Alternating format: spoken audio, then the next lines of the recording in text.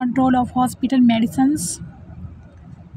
तो hospital medicines को control करने के लिए बहुत से हॉस्पिटल फार्मेसी की पॉलिसीज़ और प्रोसीजर होते हैं, स्टैंडर्ड लॉज एंड रेगुलेशंस होते हैं, रिकॉर्ड कीपिंग होती है और ड्रग स्टोरेज और इन्वेंट्री कंट्रोल होता है। ये सब हम पढ़ेंगे इस टॉपिक में। ड्रग कंट्रोल एक बहुत ही फार्मेसीज का मोस्ट इंपॉर्टेंट रिस्पॉन्सिबिलिटीज़ में एक काम है। Therefore adequate methods are developed to ensure that the responsibilities are met. सबसे पहले है हॉस्पिटल फार्मेसी की पॉलिसीज़ और प्रोसीजर।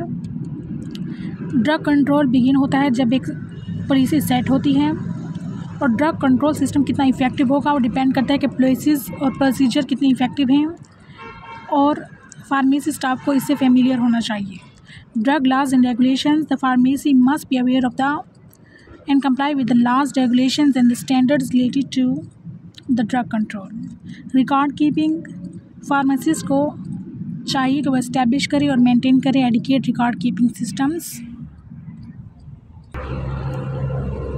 बहुत से रिकॉर्ड रिटेन होते हैं फार्मेसी से क्योंकि गवर्नमेंट की रेगुलेशंस होती हैं।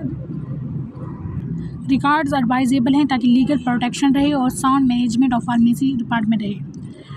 रिकॉर्ड्स को कितना देर तक रहना चाहिए? Must be retain for at least the length of the prescribe by law. Next है drug storage and inventory control. Storage एक इम्पॉर्टेंट एस्पेक्ट है टोटल ड्रग कंट्रोल सिस्टम का। Proper environmental control must be maintained wherever the drugs and supplies are stored in the institution. Safety भी एक important factor है। तो storage और inventory control में आपने सिर्फ लिखना है कि प्रॉपर कंसिडरेशन हमें देनी चाहिए सेफ स्टोरेज ऑफ पॉइजन्स और इनफ्लेमेबल कंपाउंड्स की तरफ, क्योंकि सेफ्टी एक इम्पॉर्टेंट फैक्टर है।